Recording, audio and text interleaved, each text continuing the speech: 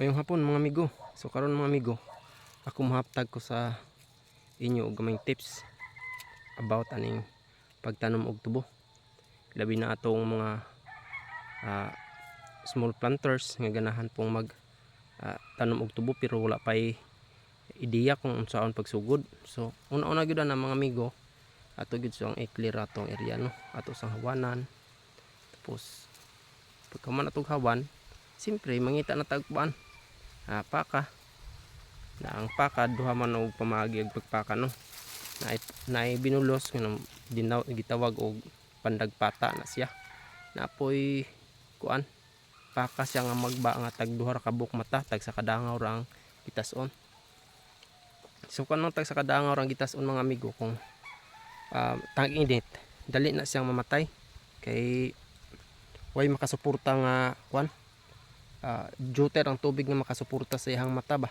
So dali siyang malaya.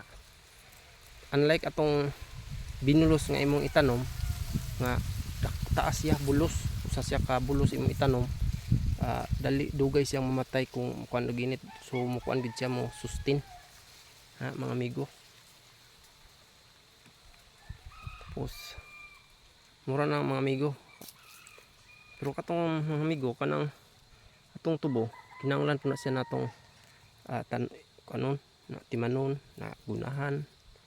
Dili nato ingon nga pagtanom ra nato dia ato na lamang pasagdan, di gud siya mga amigo. Ato gud siyang gunahan no, para sa ni ako ang mga amigo. Ako gigunahan siya karon.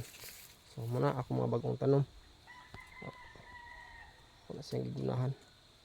Parang pag-abot sa panahon mapuslan siya nato.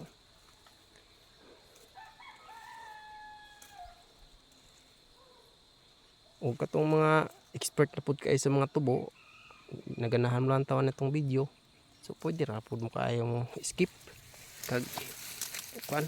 So katong mga ganahan nakapiyon pud sa itong video, malihog lang pud ta og follow, like and share para daghan po maka kita ba nga mga ganahan pud magtubo nga gusto po makabalo paano magtanom sa tubo mga amigo. So maura na, bye bye.